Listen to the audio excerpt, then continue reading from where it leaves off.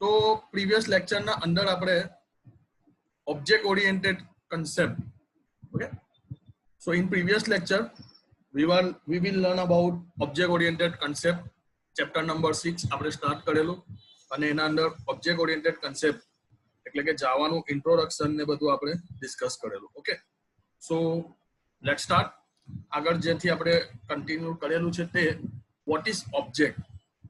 આજથી આપણે એક ટોપિક પર ડિસ્કસ કરીશું વોટ ઇઝ ઓબ્જેક્ટ, રાઈટ. સો તમે જુઓ તમારી આજુબાજુ કેટલી બધી વસ્તુઓ છે. તમારી આજુબાજુ છે મોબાઈલ, ફર્નિચર્સ, ટીવી, ઓકે, ઘણી બધી વસ્તુ છે. મારી આજુબાજુ બી ઘણી બધી વસ્તુ છે.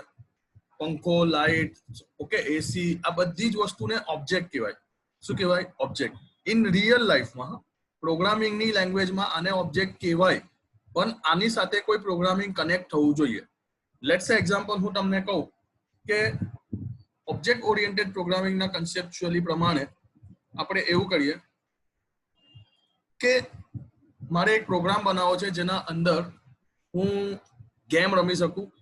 મલ્ટી યુઝર, 4 યુઝરના વચ્ચે ગેમ રમવી હોય, લાઈક 4 યુઝરના યુઝર લૂડો, આપણે એક્ઝામ્પલ આપીએ છીએ કે લૂડો ગેમ. તો અહીંયા મારા ઓબ્જેક્ટ કોણ કહેવાય? તો અહીંયા ઓબ્જેક્ટ થાય મારા યુઝર. કેટલા યુઝર? 4 યુઝર. હવે હું એ લોકોના પોઈન્ટ ઓફ વ્યૂ પ્રોગ્રામ બનાવીશ તો પ્રોગ્રામની ડેફિનેશનમાં શું આવશે કે ટર્ન વાઇઝ મલ્ટી પ્લેયર્સના જે ટર્ન્સ છે તે આવવા જોઈએ. ફર્સ્ટ પ્લેયરનો ડાઉન ઓવર થઈ જાય તો સેકન્ડ પર મૂવ, સેકન્ડનો મૂવ થઈ જાય તો થર્ડ, થર્ડ પર મૂવ થાય તો ફોર્થ. એટલે કન્ડિશન આવી રાખીશ. તો આ અહીંયા મારા એટ્રીબ્યુટ અથવા હું કહું ઓબ્જેક્ટ કોણ છે તો અહીંયા છે પર્સન. હવે હું કહું કે મારે એક પ્રોગ્રામ એવો બનાવવાનો છે જ્યાં ઓટોમેટિક કાર ડ્રાઈવ થાય. તમે ખબર હશે ગૂગલની ઓટોમેટિક કાર મતલબ ડ્રાઈવરલેસ કાર આ એક પ્રોજેક્ટ છે જે ટેસ્ટિંગ મોડના અંદર છે. 90% સક્સેસ બી થઈ ગયો છે. બસ ઇન ફ્યુચરના હવે આવશે ડ્રાઈવરલેસ કાર. તો અહીંયા મારો ઓબ્જેક્ટ કોણ થઈ જાય? તો અહીંયા થઈ ગયો મારો કાર. એટલે કે એક કારના બેસિસ પર મારે આખે પ્રોગ્રામને ડિઝાઇન કરવાનો છે.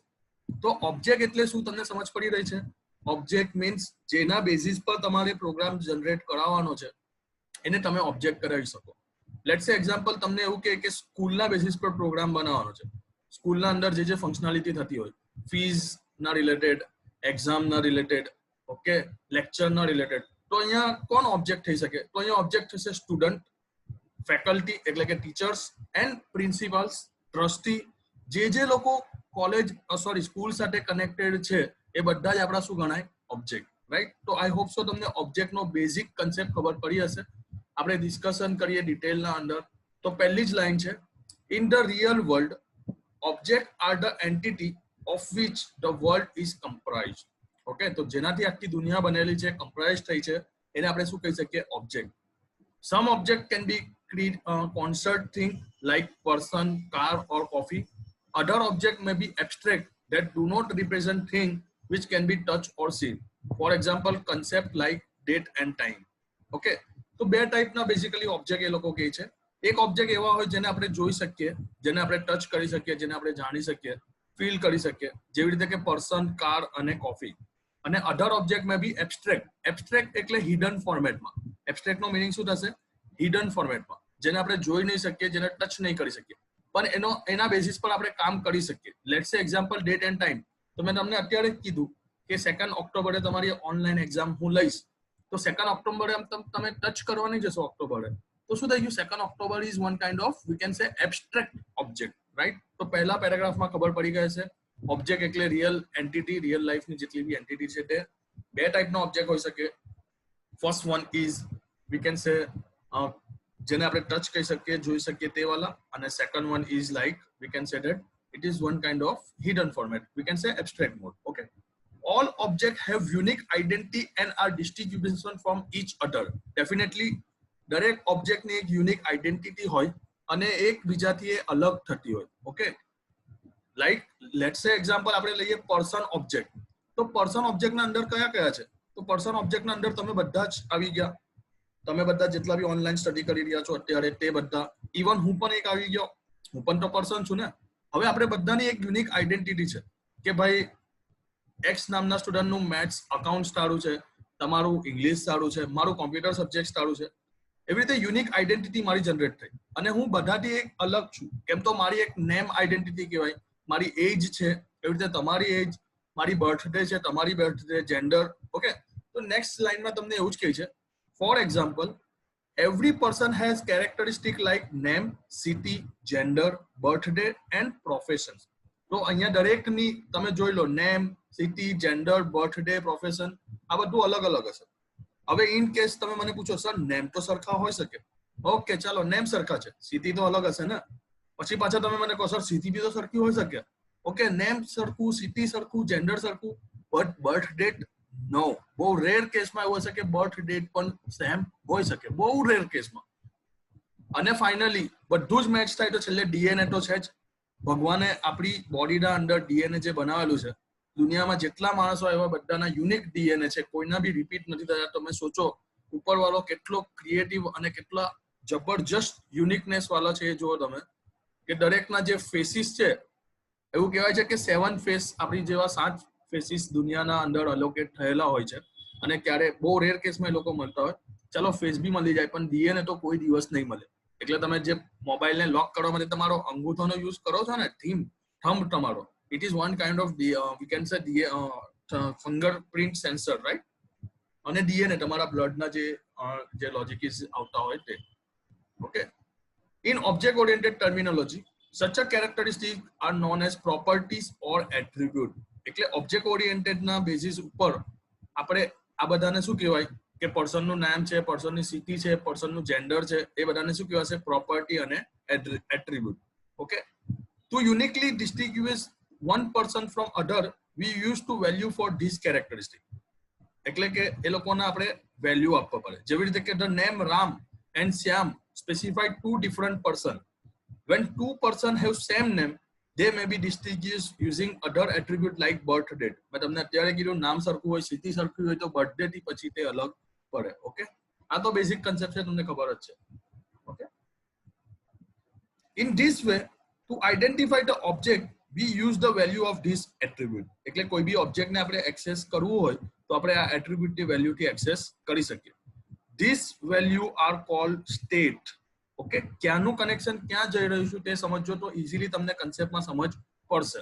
ઓકે, નહીં સમજ પડે તો તરત જ મને કમેન્ટ કરજો, હું તમને સમજાવી દઈશ. અહીંયાના ફ્લોના સમજો. સૌથી પહેલા તમને ઓબ્જેક્ટ શું છે તે સમજવામાં આવ્યું. ઓબ્જેક્ટ બે ટાઈપના હોય, એક જોઈ શકાય તેવા અને એક ન જોઈ શકાય તેવા. ઓકે, દરેક ઓબ્જેક્ટને શું હોય તો દરેક ઓબ્જેક્ટની એક સ્પેશિયલ કેરેક્ટરિસ્ટિક હોય, જેને કહેવાય પ્રોપર્ટી અથવા એટ્રીબ્યુટ. આ પ્રોપર્ટી અને એટ્રીબ્યુટને વેલ્યુ હોય અને આ વેલ્યુને એક્સેસ કરવા માટે આપણે શેનો યુઝ કરીએ છીએ તો એને કહેવાય સ્ટેટ. લાઈક ચાલો, additionally there is a behavior associate with object. એટલે દરેક ઓબ્જેક્ટની સાથે શું હોય? બિહેવિયર હોય. For example, person take birth, get name, change location. તો આ બધું શું કહેવાય? બિહેવિયર. જેવી રીતે કે હું તમને કહું કે તમારું એડ્રેસ છે અત્યારે અડાજણ, હવે કાલે તમારું એડ્રેસ અપડેટ થઈ ગયું અને થઈ ગયું વેસુ, તો તમારે શું કરવું પડે? તમારા લોકેશનને ચેન્જ કરવું પડે. તો તમારો બિહેવિયર શું થયો? ચેન્જ થયો. તો આને શું કહેવાય? Behaviour. Behaviour also known as method, right? તો તમને આ બે પેરેગ્રાફમાં એક વસ્તુ ખબર પડી ગઈ છે કે ઓબ્જેક્ટની સાથે શું આવે? તો ઓબ્જેક્ટની સાથે આવે પ્રોપર્ટી અથવા એટ્રીબ્યુટ, અને પ્રોપર્ટી અને એટ્રીબ્યુટને એક્સેસ કરવા માટે સ્ટેટની જરૂર પડે, અને વેલ્યુ સેટ કરવા માટે શેની જરૂર પડે? બિહેવિયરની, જેને આપણે શું કહીશું? મેથડ. લાઈક આટલું તમને કન્સેપ્ટ ક્લિયર થયો હશે. Okay, so any real world object can be described in a term of what is called, એટલે એને કહેવાય આઈડેન્ટિફાઈ, what it is એટલે કહેવાય state, and what it does એટલે એને કહેવાય બિહેવિયર. લેટ્સ સે example, my name is Fahad. તો here my identity, my name is Fahad. તો મેં રિપ્રેઝન્ટ કર્યું મારું નામ, તો આ મારું શું થઈ ગયું? Identity. what I am a programmer. Okay, I am a developer. તો અહીંયા મેં શું કીધું? મારી વેલ્યુ આપી કે ભાઈ હું ડેવલપર છું, તો આ શું થઈ ગયું? મારી state. Okay, and now what I am learning artificial intelligence, AI કરીને એક કન્સેપ્ટ જે હું હમણાં શીખું છું, તો આ મારું શું થઈ ગયું? Behaviour, right? આવી રીતે દરેક ઓબ્જેક્ટના 3 સ્ટેટ હોય. પહેલું એ શું કરે છે, what it is એ શું છે, એને કહેવાય આઈડેન્ટિટી. what it is એ શું, એની વેલ્યુ કેવી રીતે મળવાની છે, એને કહેવાય સ્ટેટ. અને what it does એ શું કરવાનું છે, શું કરી રહ્યું છે, એને કહેવાય behaviour, right? In object oriented programming, attribute that describe the object are also refer two as a data field. એકના એક જ નામ રિપીટ થાય છે, થોડું તમને કન્ફ્યુઝન થશે, પણ હું તમને ઈઝી ફોર્મેટમાં તમને થોડી ઈઝી લેંગ્વેજમાં સમજાવી દઉં એટલે તમને વધારે સમજ પડે. લેટ્સ સે એક્ઝામ્પલ પહેલા સમજ પડવી જોઈએ ઓબ્જેક્ટ શું છે. તો ઓબ્જેક્ટ એટલે રિયલ લાઈફમાં જેટલી બી વસ્તુ છે તે. કાર, તો કાર કઈ કંપનીની છે, કયા કલરની છે, કયા યરની છે, એનું પાસિંગ શું છે. ઓકે, પર્સન, તો પર્સનનું નામ શું છે. ઓકે, કોફી, તો કોફી કઈ છે, hot coffee, cold coffee. Okay, કઈ કંપની, મતલબ ક્યાંથી મંગાવી, ઘરે બનાવી, ક્યાંથી મંગાવી, મિલ્ક કેટલું એડ કરવાનું, સુગર કેટલું એડ કરવાનું. તો આ શું થઈ ગયું ઓબ્જેક્ટ. ઓબ્જેક્ટ કેટલા ટાઈપના હોઈ શકે, બે ટાઈપના.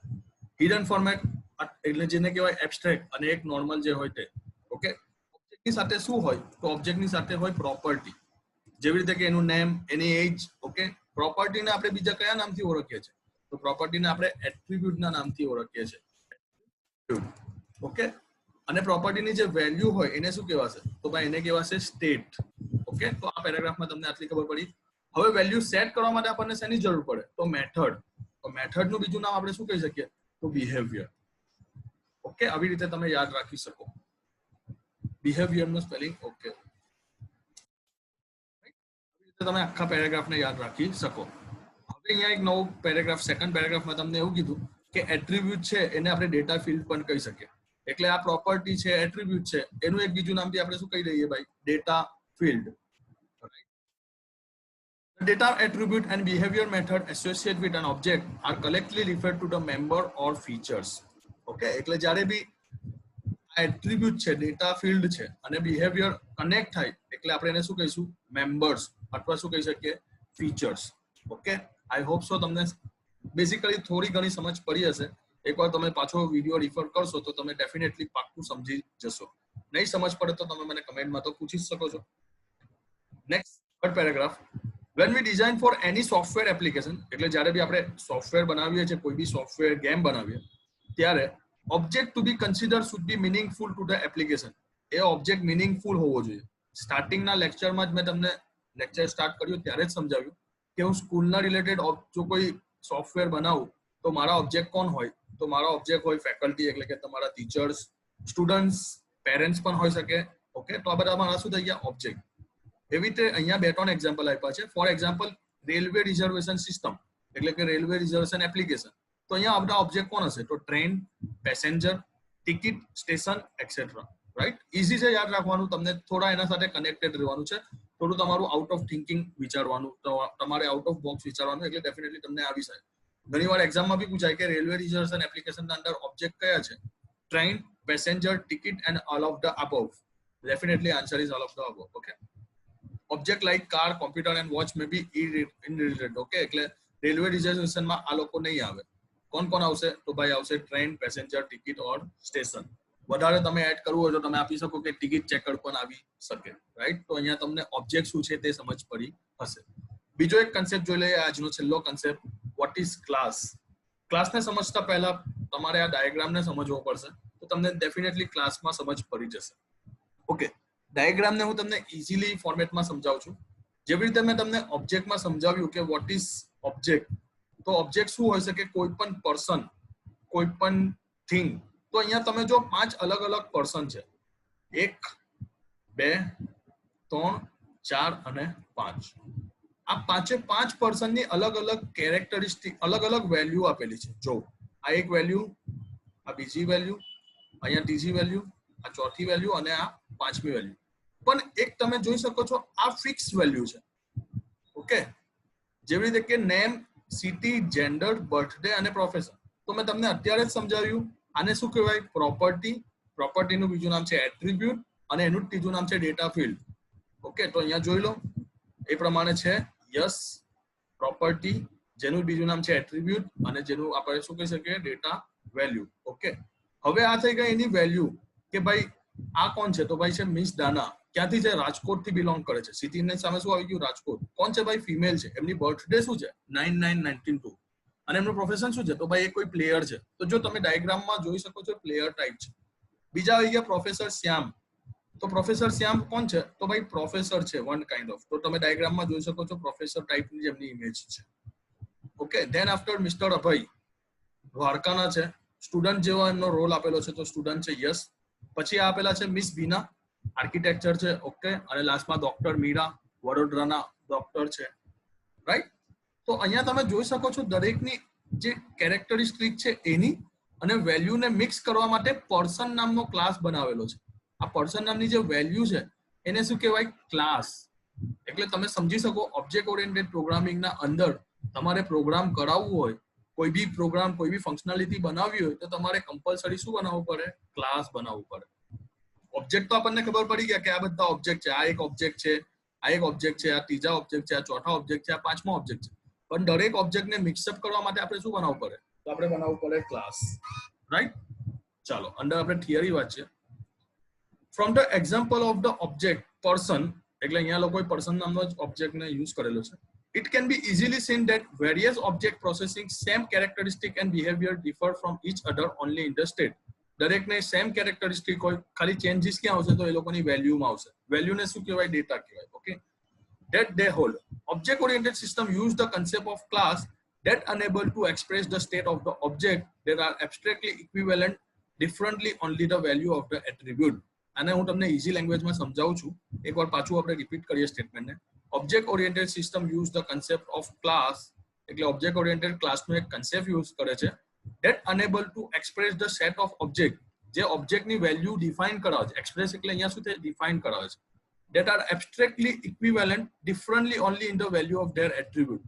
જે કેરેક્ટરિસ્ટિક્સ છે તો સેમ જ, પણ એ લોકોની વેલ્યુ અલગ અલગ છે. જેવી રીતે નેમ, તો પાંચો પાંચને નેમ તો છે જ, પણ એ લોકોની વેલ્યુ અલગ છે. સિટી, તો પાંચો પાંચની સિટી તો છે, પણ શું છે? વેલ્યુ અલગ અલગ. તો આને ડિફાઇન કરવા માટે આપણે શું કહી શકીએ? કે ક્લાસનો યુઝ કરવો પડે. Okay, class can be considered as a blueprint four various object. ક્લાસને આપણે શું કહી શકીએ? તો બ્લુપ્રિન્ટ કહી શકીએ એક વેરિયસ ઓબ્જેક્ટની માટે. Okay, second paragraph. Class is a template for multi object with similar features. એક્ઝામમાં તમને ઘણીવાર પૂછાય છે ક્લાસ શું છે? તો class is one kind of template, જેમાં શું હોય? ઓબ્જેક્ટ હશે સિમિલર ફીચર્સ વાળા. Okay, it describe a group of object with similar attribute and common behaviour. Attribute શું છે? બિહેવિયર શું છે? મેં તમને ઉપર સમજાવ્યું. Okay, object in the same class share a common semantic purpose. એક જ ક્લાસના દરેક ઓબ્જેક્ટને દરેક વસ્તુ મળે, દરેકને નામ મળવાનું, દરેકને સિટી મળવાની, દરેકને જેન્ડર મળવાનું. ઓકે, આગળ જ્યારે હું તમને પ્રેક્ટિકલી કરીશ, સમજાવીશ, પ્રોગ્રામ સમજાવીશ, ત્યારે તમને પાછું સમજાવીશ. ડોન્ટ વરી, અત્યારે તમારે ખાલી સમજવા માટે સમજવાનું છે. ઓકે, ચલો અહીંયા મેં તમને ડાયાગ્રામ સમજાવ્યું. આ પેરેગ્રાફમાં એ લોકો ડાયાગ્રામના બેસિસ પર જ સમજાવે છે. તો ક્લાસના કન્સેપ્ટમાં આટલું જ, અને આજના ટોપિકના અંદર પણ આટલું જ. આઈ હોપ સો તમને સમજ પડી હશે. નહીં સમજ પડી હોય તો તમે મને કમેન્ટમાં પૂછી શકો છો. અને આજના લેક્ચરના તમારે આઉટ ઓફ 10 મને રેટિંગ આપવાના છે કે તમને કેટલી સમજ પડી. ઓકે, તમને અનમ્યુટ કરું છું. કોઈ ડિસ્કશન કરવું હોય તો પણ કરી શકો છો.